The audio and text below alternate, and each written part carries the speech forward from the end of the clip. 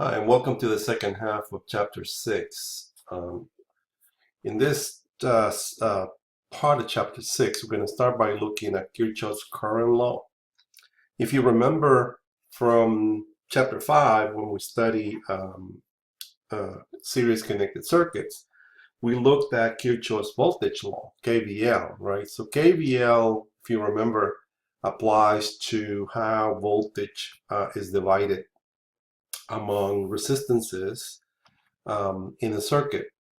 Well, Kirchhoff's voltage law relates to how current is divided in a parallel connected circuit. So they're very related, but at the same time they're different.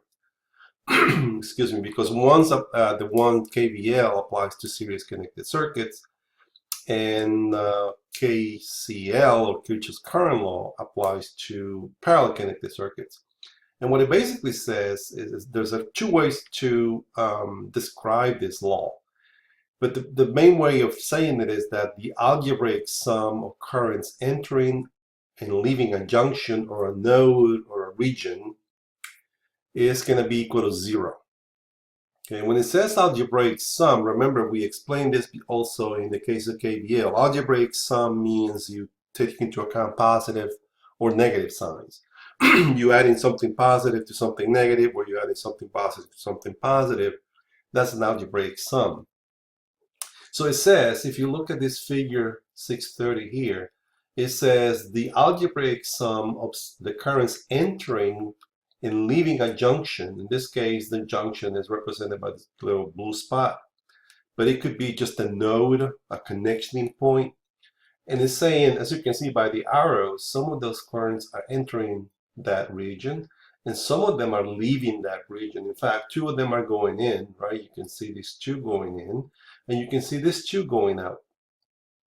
And what it's saying is, what this law is saying is that if we add the two going in, then it's going to be equal to the two going out. So you can see that from here, right? The two going in add up to 12, and the two going out add up to 12 also.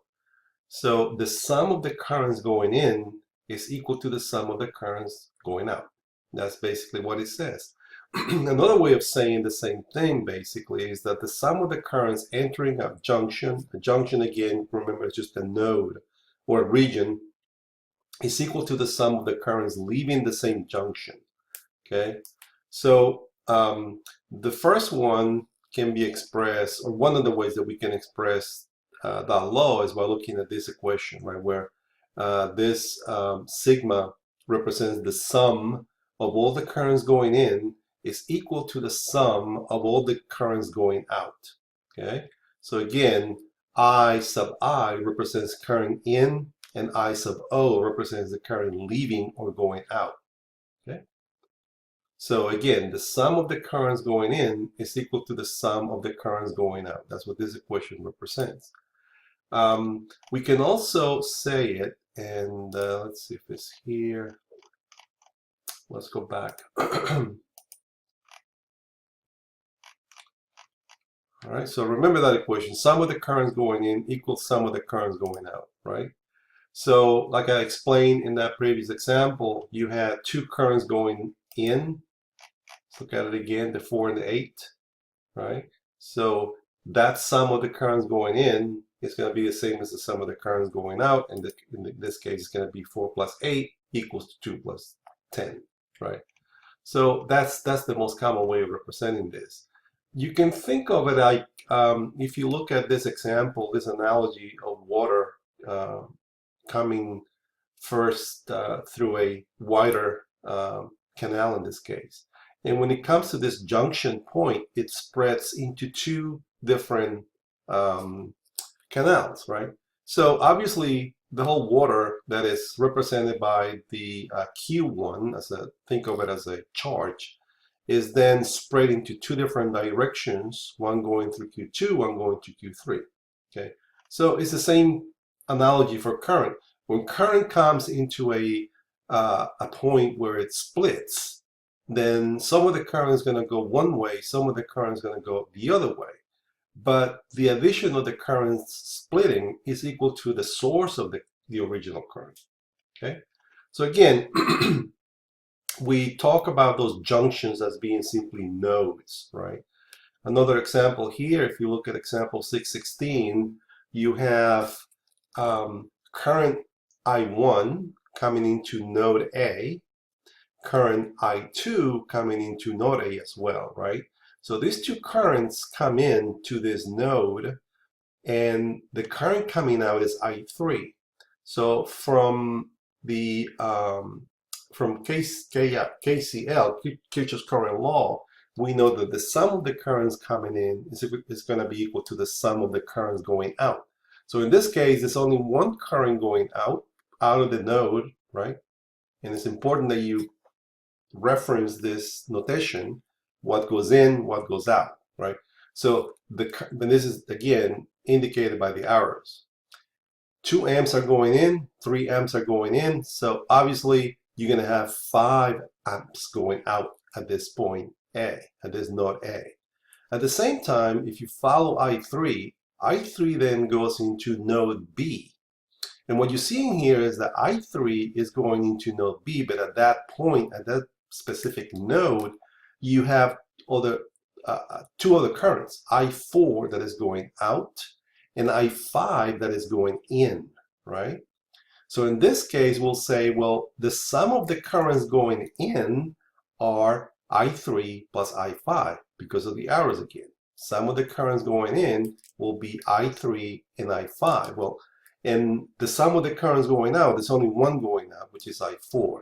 So in this example, since we already know that I3 is equal to 5, then these two I3, 5, and I5, 1 are going in. So then you have 6, 5 plus 1 going in. So therefore, I4 is going to have to be equal to 6, 5 plus 1, right? And again, all you gotta follow is that equation. The sum of the currents going in has to be equal to the sum of the currents going out at that node, the node you're looking at. Okay, that's the solution right here. Okay, another example. In this one, if you look at the circuit, you have a current coming into node A. That current is equal to 5 amps. And the current coming into node A splits into two currents, I1 and I2. You can see that, right? And those two currents are going out of node A. So by the same law that we already know, the sum of the currents going in this case is only 1, it's going to be equal to the sum of the currents going out. So the sum of the currents going out is going to be equal to 4 plus I1, right? So in this expression then, 5 is going to be equal to 4 plus I1. 5 equals to 4 plus I1, as you can see in this equation. So if you solve for I1, therefore I1 is going to be equal to 1. And obviously it checks, right? Because now you have I1 going out, I4 going out, 4 plus 1 equal to 5, which is the total amount of current going in, right? If you follow the path again, if you look at I1 goes through into node B, and then you have I3 going out of node B. Since I1 and I3 are the only currents in that path, then I1 is equal to I3, right? Because you only have one current going in, one current going out. If you look then at node D in this case, first if you look at C, you have the same idea of what happens with B, right? Because at C, there's only one current going in and one current going out, which means that I4 is equal to 4 amps, right? It's the same path. So then when you look at D, at this node D, then you have I3. I3 you already figure out is equal to I1, which is equal to 1. And I4 is equal to 4 amps. So then you have a total of 5 amps at D. And of course, that's the current coming out of D, which is I5. So it's 4 plus 1. So I5, I'm sorry, is equal to 5 amps, right? Okay, so everything checks, right? Let's look at one more example. Let's look at 619. here, because then this is the typical way that we normally see parallel connected elements, in this case resistors.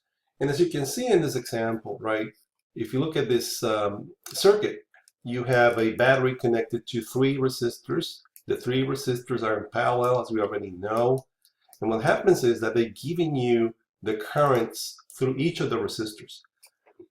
So what we know is that when the source current comes into this node here, some of the current goes through R1, some of the current goes through R2, some of the current goes through R3, right? And what they're telling us is that based on Kirchhoff's current law, based on KCL, IS, the source current, is going to be equal to 8 plus 10 plus 2, or equal to 20 milliamps, right? And the same can be said because the current, remember, the current is going to recombine, right? If you follow the path, if you start from the far right, 2 milliamps, right? 2 milliamps go through R3, then they follow the path at the bottom. And then at this node, if you look at this connecting point here, you have 2 currents, a 2 milliamp coming this way and a 10 milliamp coming from R2. So at this middle connecting branch, you actually have 12 milliamps, right? If you put a meter right here in the middle, you will measure 12 milliamps, right? Notice that, because at this connecting point, you have the 10 and the 2. Well, that current continues, right? The 12 milliamps continues until it sees this other connecting point here. At that connecting point, you have the 12 milliamps plus the 8 milliamps from going through R1, which gives you the 20 that goes back into the battery and out again, right? So that completes the circuit. Make sure you understand that process. So if we know the source current, right, it's very easy to find that. Like we said, the sum of the currents going in equals to the sum of the currents going out. So the source current is equal to 20 milliamps. So if you want to know what the voltage is, again, you just use Ohm's law. So the voltage will be equal to the current times the total resistance, right? And we already know how to find the total resistance.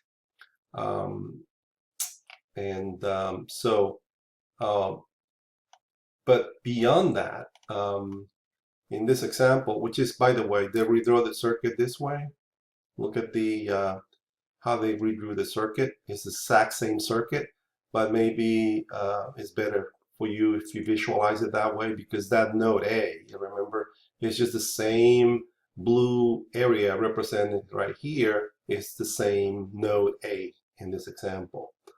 Okay, so all right. So in this example then, if we apply Ohm's law, by Ohm's law, by the way, we know, since, remember, in a parallel connected circuit, the voltages across each of the elements is the same because they're connected in parallel, right? So the voltage here is the same as the voltage across R1, across R2, across R3, because they're connected in parallel. So we can use, in this case, we can easily find the voltage across R1, right? Because we know the current and we know the resistance. So by Ohm's law, that voltage is going to be 2 times 8 or 16 volts, right? 2 times 8 or 16 volts. And that gives you that voltage across R1, which is the same as the supply voltage. Right? Because we know, again, that they're connected in parallel. The other thing they want you to determine is R3. Well, R3 now, again, if we use Ohm's law, because now you know the current is given, but now you already found the voltage, right? Which is, we said, 16 volts. So now, by Ohm's law, we can solve for R3, right?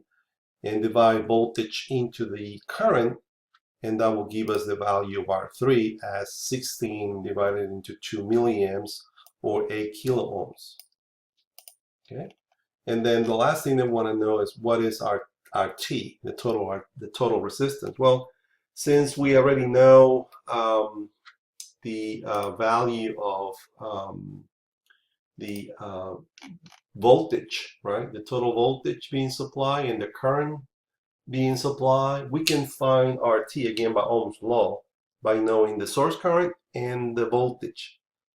We don't have to find this voltage if you don't, or this resistance if you don't have to. That's another way you could have done it, because if you find that resistance, right, and I encourage you to do it as an exercise, find the resistance by Ohm's law, and then using the typical equation for resistance in parallel, you can find R3. You can find RT by combining the two resistors values that you already know. That's one way, but it's kind of the long way. Because to find RT, you already know what this voltage is, and you already know what the current is coming into that node. So RT can be found a lot easier by just apply Ohm's law in this case, and it's 0.8 kilo ohms. Okay. All right, here's another example here. The law, Kirchhoff's current law, can not only be applied to nodes and connections, but also can apply with what is called surfaces, right? Like in this example here, where it shows a surface, and this surface represents an integrated circuit. And what we know is that in this example, we have, just like a big, huge node, if you think about that, right? And you have 5 amps going out, 10 going in, 4 going in, 4 going out, 8 going in, 2 going out, 6 going out. So if you apply Ohm's law, okay, and just look on one side, the sum of all the currents going in, and equate that to the sum of all the currents going out, the only thing we don't know here is I1, right? So we can add that up on the right-hand side. I1 plus the other currents going in equal to the sum of the currents going out. The only unknown is I1, and then that gives you a value minus 5 milliamps. Now, why negative? Well, it's negative because if you look at this example, right, here, the example or the question starts by asking you to find I1. Well, when you look at this circuit or this figure, you don't know the direction of I1. You don't know, right? So if you start by assuming that it's going into the surface, right? You assume that. If your assumption is correct, the sign is going to be positive, okay? But if my assumption is wrong, the sign is going to be negative. So the sign is just telling you to correct the direction, okay? There's nothing wrong with the value of the current. It's just telling you, hey, wait a minute, you made the wrong assumption about the direction of the current. It's not really going in, it's really going out. And you can prove it. If you first start by the assumption that I1 is going out, and you move I1 over the right-hand side of the expression, then you get a positive result, okay? So that's all that indicates. If you ever get a value of current, and that also applies for voltage, if you remember, if the value is negative, it means that the direction is the other way, okay? All right. So now let's look at one very useful way of using this information when you look at parallel connected circuits. Just like in series connected circuits, we have voltage division rule or voltage divider rule. We're going to come up with a rule that is very useful for parallel connected circuits, and it's called the current divider rule, or current division for short, okay, which is also very, very useful. And so it basically says that for two parallel elements of equal value, you can start by saying that looking rather at the, remember how we looked when we looked at series connected circuits, we introduce voltage division by first looking at the ratio of voltages.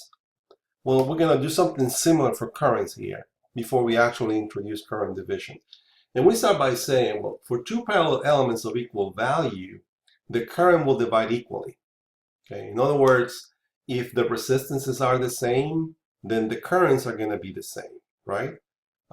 Think of it as, again, the analogy of a canal that comes into two other canals. If the two other canals are exactly the same, then the flow is going to be exactly equal on each of the canals, right? So for two parallel elements of equal value, the current will divide equally. For parallel elements with different values, the smaller the resistance, the greater is the sharing per current. And we kind of know that from Ohm's law, right? Because of the inverse relationship between current and resistance. For parallel elements of different values, the current will split with a ratio equal to the inverse of the resistance values. And this really comes from Ohm's law. Because if you look at something like this, for example, let's look at a simple circuit. Where's the one? Like this one, for example, right? The reason for that is because if you look at this current, right? This current is, by Ohm's law, is going to be equal to the voltage divided by the resistance. This current here is going to be equal to the voltage divided by this resistance, right? But the voltages across R1, across R2 are the same, right? So if you use Ohm's law and say, well, V1 is equal to this current times this resistance. V2 is equal to this current times this resistance, right? So since the value of the voltages are the same, you can just say, well, the product of this current and this resistance is equal to the product of this current and that resistance. And that's what you have. When you look at the ratio, you obtain this relationship between the two currents and the two resistances. Again, this comes from the fact that the voltages are the same. Okay. The ratio of currents is equal to the inverse relationship between the resistance values, as you can see, right? And we can see in this example, it says find the value of I1 in this network using the ratio rule. Well, since you already know the value of R1, right? You know R1 in this expression. What else do you know? You know I2 and you know R2. So by using the ratio, like in this expression, the only unknown is I1, right?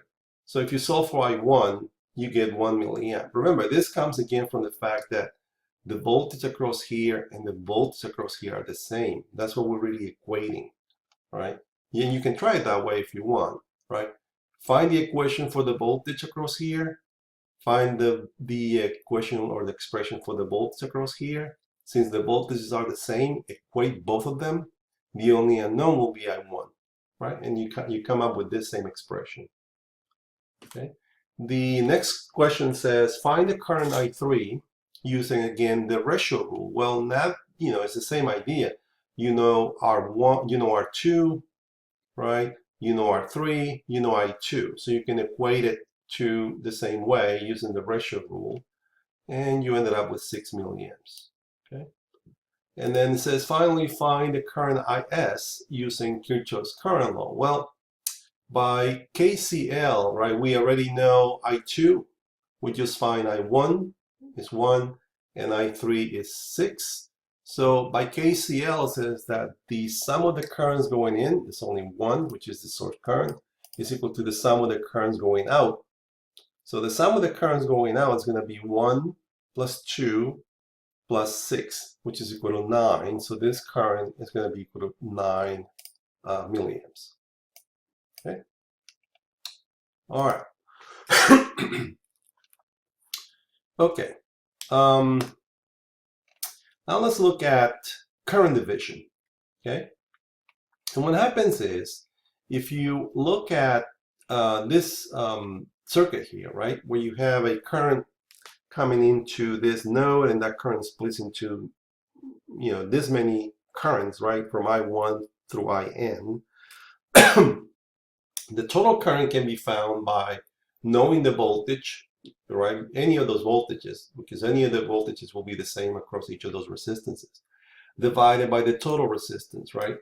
Since the voltage is the same, right, as we know, then you can express that voltage as I1 R1, I2 R2, R3 I3 R3, and so forth, right? And in general, with just IX RX, whatever that IX you're looking for is. And so if we substitute for V into this expression, right, the Ohm's law, if you substitute for V, this V, then you ended up with this expression here. And if you solve for Ix, the final result is what we call the current division rule or current divider rule. So the current division rule says the current through any branch, right, and that's what this X represents, is the current through any branch, is of a parallel resistive connected circuit is equal to the total resistance of the parallel network divided by the resistance of the resistor for the current related to that resistance, and multiplied by the total current that splits. Okay, so again, this Ix represents the current through some branch. This RT represents the total resistance. This IT represents the total current that is going to split. And this Rx represents the resistance associated with the current you're looking for. Sounds more complicated than it is, and you'll see how simple it is, just like voltage division rule. Let's see, for example, here, right, it says, find the current I1, okay? Find I1, given this, right? And so by now you know that you have this current IT coming into this node is equal to 12 milliamps, splits into 3 different currents, but at this point it also reconnects and to one single node, and you get the 12 milliamps back, right? So we can start by, since we're going to apply the current division rule, remember the current division rule, right? I'm looking for I1, right? So in this expression, X will be 1, right? Because I'm looking for I1. So I1 will be equal to the total current divided by R1 times the total current, right? The total current is 12 milliamps. The current that splits is 12 milliamps. R1 is 1 kilo ohm, right? So the only thing I need that I don't immediately have is the total resistance, but I can find it easily by any of the other methods we already know, right? Either you combine 2 at a time, or you use the long way of finding the reciprocals, like in this case, right? So finding the reciprocals, you can get RT equal to 873.01 ohms. And now, as you can see, I have everything I need in the equation. So I1 is equal to the total current, the total resistance divided by R1 times the current that splits. And so it's equal to 10.48 milliamps. Okay. So you also notice that for a parallel network, the current through the smaller resistor will be very close to the total entering current if the other parallel elements are much larger in magnitude. And again, that comes from Ohm's law, obviously. There's a special case when you have when you consider 2 parallel resistors. Because if you remember from the last lecture, when we combine 2 resistors in parallel, right, all we gotta do to find the total resistance is multiply the resistances and divide by the sum, right? So the total resistance for 2 resistors, the short way of finding them is to multiply the product of the resistances divided by the sum, right? So if you remember that, if we apply that to this expression, right, for our I1 in this expression for the current division rule, if you use that expression for RT, the special product over the sum, into here, and then solve for I1 or for I2 by that matter, it doesn't matter, for any with the 2, right? Because we're considering 2, special case, right? This is a special case, 2 parallel resistors, R1, R2. So either I1 or I2, we can use the voltage division rule. If we use the non-special, let's call it that way, it'll be I1 will be equal to RT divided by R1 times the current that splits. I2 will be equal to RT divided by R2 times the current that splits, right? Well, that's fine, but if we use the knowledge already that we have about combining resistors in parallel to two resistors in parallel, which is very easy to do, R1, R2 over the sum. Then we ended up with another shorthand rule to find the currents rather. In this case, it says I1 is equal to, again, if you look at the circuit, I1, and this is why you gotta be careful, okay? Because you gotta really pay attention to what you're looking at here. In the shorthand notation, when you have the shorthand way or method, when you have two currents split in this way across two resistances, I1, and this is the same current division rule. Again, what you're doing is you kind of avoiding having to find the total resistance, right? That you're avoiding that step by using the shortcut method. But what it says is, and you have to again practice this so you can pay attention, especially you don't confuse it with voltage division, which is two different things. But for the special case of current division, it says I1 will be equal to the opposite resistance. Okay, I1, I'm looking at I1 only. I1 is going to be equal to the opposite resistance divided by the sum of the resistances times the current that splits. Okay, I2 will be equal to the opposite resistance, R1, divided by the sum of the resistances times the current that splits. So that's exactly what these equations are saying. I1 is equal to the opposite resistance, see, the opposite to I1, the other branch, divided by the sum times the current that splits. I2 is equal to the opposite resistance, the other branch, divided by the sum of the resistances times the current that splits. Okay, so make sure that that you know how to apply that. And again, the best way of doing it is to really just practice, practice, and practice. Okay, let's look at one example. In this case, it says, well, find the current I2.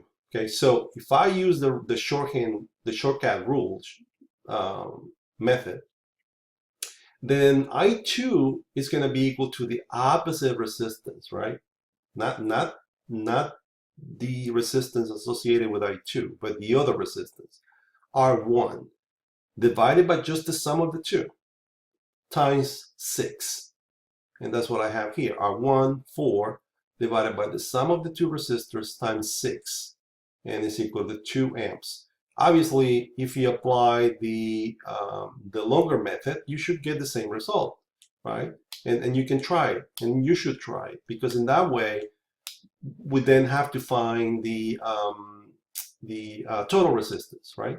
So make sure, and obviously you're going to get the same number. So make sure you understand the differences between these two methods, okay? And make sure you know how to apply both of them, okay? How to use both of those methods, okay? In one case, remember, you're using the total resistance. In another case, you are not using the total resistance. You're bypassing that.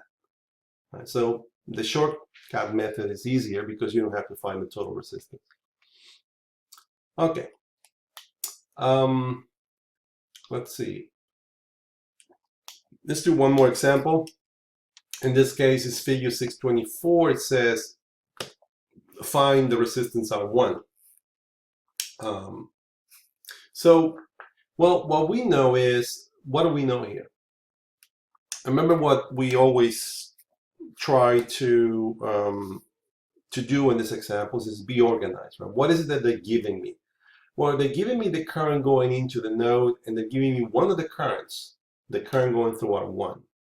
They're also giving me one of the values, one of the resistances values for R2, 7 ohms. Okay, so that's what they're giving me, and they want to know R1. R1 is my unknown. So what do I know? Well, since I'm using, well, what I know, first of all, is that this is a parallel connected circuit, two resistors connected in parallel. And so therefore, I can try to use current division, right? How can I use current division? If I use the shortcut method to find I1, for example, right? If I want to find I1, which I already know. But if I want to write the equation for I1, it'll be I1 will be equal to R1. I'm sorry, let me repeat that. Be careful. I1, if I'm using the shortcut method, will be equal to R2, the opposite resistance. Okay, I1, I'm using this method, okay, for I1 in this case, right? And I know I already know I1, but this is going to help me find the unknown resistance. So in this case, I1 is going to be equal to the opposite resistance divided by the sum of the two resistances times 27 milliamps. Well, if you think about it, the only thing I don't know in that expression is R1. I can simply solve for R1. So let's do that. So it says, this is the shortcut method here. It says is the opposite resistance divided by the sum times the current that splits, right? But since I already know I1, I already know that the current that comes in, I already know R2, the unknown is R1. So in this expression, as you can see, the only thing I gotta do is solve for R1, and it's 2 ohms, see? They also did it the other way here, if you notice, right? They used Kirchhoff's law, they didn't use current division, and that's easy to do because if you use Kirchhoff's law, then you know this current, right? This current is going to be 6 milliamps, right? 6 milliamps, because 6 plus 21 is equal to 27. So this current is 6 milliamps. And if you know this current and you know this resistance, then you can easily proceed and find the voltage, right? And then once you know the voltage, then you can find this resistance by Ohm's law again, okay? But notice that if we do the shortcut method, we didn't have to find any voltages or anything. It's more direct. It's a lot less work. So make sure you know the difference. Obviously, make sure you know how to do it this way, the first way, but also make sure that you know how to do it, solve it using current division, and how, especially how to apply when you have two resistors in parallel. Okay. So a few things to remember. Remember that the current always seeks the path of least resistance, right? And the ratio of the resistance value is the inverse of the resulting current values. And you can see that in these figures, right? Some examples of that. Okay. In this case, you have two resistors of the same value, so the currents are going to be the same. So the current here, IT, is going to be half on one branch as it is half on the other branch, and so forth. The current in this example here, I1, is going to be twice as much as I2 because it's, you know, you're going to have more current going through here, twice as much, because this is the smaller resistance value. And you can use the ratio of currents to find the relationship between I1 and I2 in this example, and so forth. Same here. All right, now let's look at what happens to voltages when you have sources in parallel. Remember, when we haven't really introduced the concept of current sources yet, but one thing you may remember is that when you have voltages in series, right, you have to make sure that the currents going through that path in series is the same current. So that means that if you connect voltages sources, batteries, let's say, in series, you want to make sure that the current provided by those voltage sources is the same. Okay, that's the only way you can safely connect voltage sources in series, if the currents are the same, the currents provided by the voltage sources. Well, let's move ahead to parallel connected circuits. In parallel connected circuits, when you put voltage sources in parallel, you have to make sure that the voltages that you place in parallel have the same value. Okay, otherwise you may damage some of those batteries, or you may create problems in other parts of your circuit. So the rule is that voltage sources can be placed in parallel as long as they have the same voltage, like in this example here, right?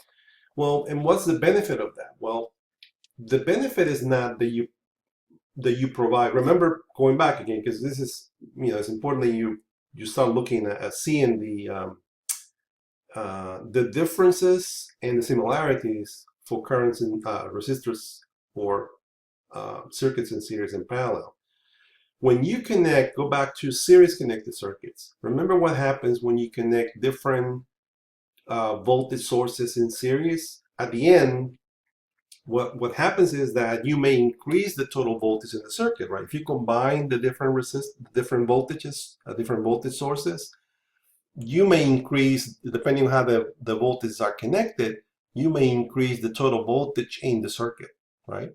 You may not, you're not increasing the total current in the series connected circuits because the current is the same, but you're increasing the total overall voltage. That's what happens when you put batteries, like in a flashlight, right? You put 4 of them, you connect them together, so they add up to more voltage, okay?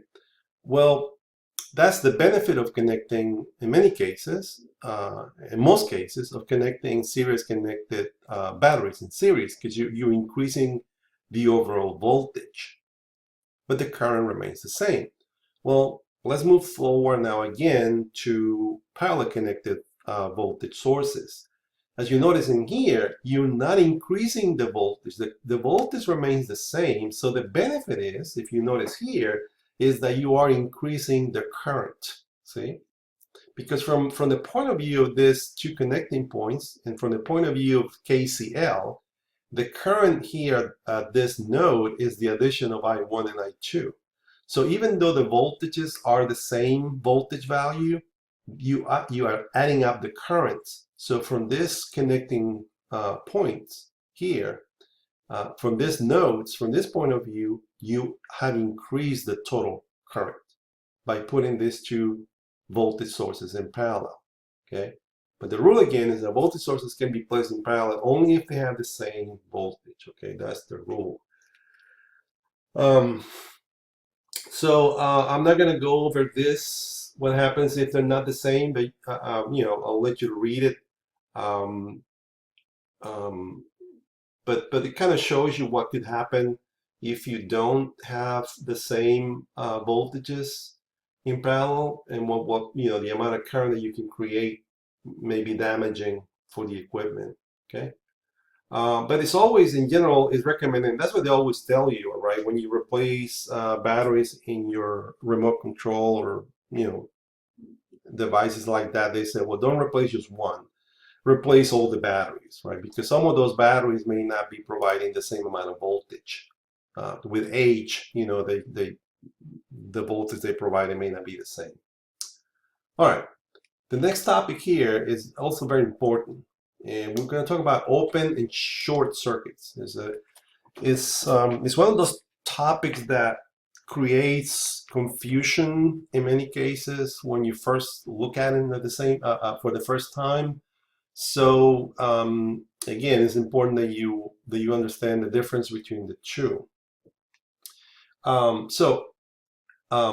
open circuit happens when 2 terminals are not connected at the terminals, right? So in this case, if you look at this circuit here, right, you have a battery, tied to 2 wires, but there's nothing connected to the ends, to the nodes at this point. That's an open circuit, right? And so if you put a meter here, if you were to put a voltmeter from A to B, you will be measuring the open circuit voltage, but the open circuit voltage would be exactly the same as the voltage across the battery, right? Because nothing is connected. That's what is the basic definition of an open circuit. So an open circuit can still have a potential difference, can still have a voltage, okay? However, if you, instead of placing a voltmeter, you place a ammeter, or you put the DMM in the current mode, what you will measure is 0 amps. Why? Well, you can think about it this way, right? Well, where would the current go? If it's open, it has nowhere to go, right? So the current has to be equal to 0. If you're still not convinced, think of it in terms of Ohm's law, write Ohm's law for the current, right? The current is equal to the voltage divided by the resistance, right?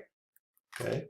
We know that there's a voltage here, right? We measure it, right? We said that if we put a meter here measuring voltage, you're gonna measure 12, whatever that voltage is here, right? This battery voltage. But how come the current is 0? Well, physically you can say, well, there's nothing, has nowhere to go. It's open. There's no connection here, so it's gotta be 0. But you can also convince yourself, if you think about it in Ohm's law, right? So again, if you think in terms of Ohm's law, the current is going to be equal to the voltage divided by the resistance. Well, the voltage we already know is equal to the source voltage. So there's a voltage. But what is the resistance of this open? What do you think the resistance is? Think about it. How much? Is it small? Is it very large? Well, you think about it in terms of if you have a resistance that is so large, right? That you make it so big. Remember, the greater the resistance, the smaller the current. Well, this open represents the largest resistance you can have because it is not going to let any current flow. So you can think of this open as having an infinite resistance, right? An infinite resistance. And if you divide something by infinite, you're going to get 0. So by Ohm's law, you're dividing the voltage by a very large resistance, infinite at the end. And if you divide that voltage by that infinite resistance, you're going to get 0 amps. So this is important because it creates confusion a lot of times. If you're looking at an open circuit, the voltage still exists at the open terminal, okay? But the current is 0. Remember that, okay? And the problem is that in many cases, opens are not normally going to damage the equipment, but it's going to create faults. It's going to create equipment not working properly because it stops the flow of current somewhere. And this is what happens with a fuse, right? If a fuse exceeds the amount of current that is rated for, it's going to break and it's going to stop the current from flowing, right? So it creates 0 amps in this case to flow past that fuse point, right? So opens by themselves are not as dangerous as we're going to see in the case of short circuits, but they create problems, right? They may stop things from working. Okay, they may create faults. They may stop, things from actually giving you what you expect them to give you. But now let's look at short circuits, right? The concept of a short. A short circuit can carry a current of a level that is determined by the external circuit, but the potential difference or the volts across the short is going to be 0 volts. Well, a short can be represented by this example here, right? If you look at the previous circuit here, where this was open, right? There's nothing connecting it. If you put a wire between A and B, you're shorting out A, B, right? You're just placing a wire right across it. And what happens is, if you place a wire right across it, then if you measure that voltage, you're going to get 0. Why? Because you're basically just joining the ground to this point, right? You're joining ground to this point. So when you put a meter from here to here, you're going to have 0 volts. You're shorting out the terminals, right? However, even though you may have 0 voltage, you're still going to carry a current, okay? And that current will vary depending on the how much current that source is providing to you. Okay, so again, in the case of reviewing, in the case of an open circuit, you're still going to see voltage, but the current is going to be 0. Okay, in the case of a short, you're not going to see voltage. The voltage is going to be 0, but you're still going to see a current. And what happens is that current could be large, could be a lot, because it could be as much as the current being provided by the source. And if that current comes in terms of a surge, it could create heat, can create potential fires, right? And that's why shorts are so much more dangerous, because shorts can be very damaging to the equipment, and can even, it can create a lot of heat because you have a lot of current running through the equipment. It can eventually create fires and things like that. So if you look at it in terms of Ohm's law, like I told you before, right? If in the case of the open, right? In the case of an open, this resistance will be very, very large. So the total current will be equal to 0. But in the case of a short, though, think about it in terms of what is it, a short? A short means that you let all the current go, because it's like a wire, right? So in the case of a short, this resistance becomes potentially 0 ohms. And if you divide something by 0, you get something, ideally it's infinite, but yeah, technically you get a very, very large current, okay? So that's the effect of a short, a very, very large current, because you're effectively dividing by 0, okay? All right, so that's in essence what a short is and what an open is, okay? Very important that you understand the differences, okay? And that you know, and it can easily be found by thinking of it in terms of Ohm's law also. Okay, we're not going to do section 6.9. It's, it's important, but I'm just not going to do it. So I think that's all we're going to cover. And some of the other troubleshooting techniques and things, we're going to talk about it in the lab. And we're going to do some of that in the lab to recognize opens and shorts. Okay, so that's all we have for chapter 6, and I'll see you when we look at it, chapter 7. Chapter 7, by the way, is a combination of the two, serial parallel connection circuits. So it's nothing really new that we're going to be looking in chapter 7. It's just combining the two cases of series and parallel. Okay.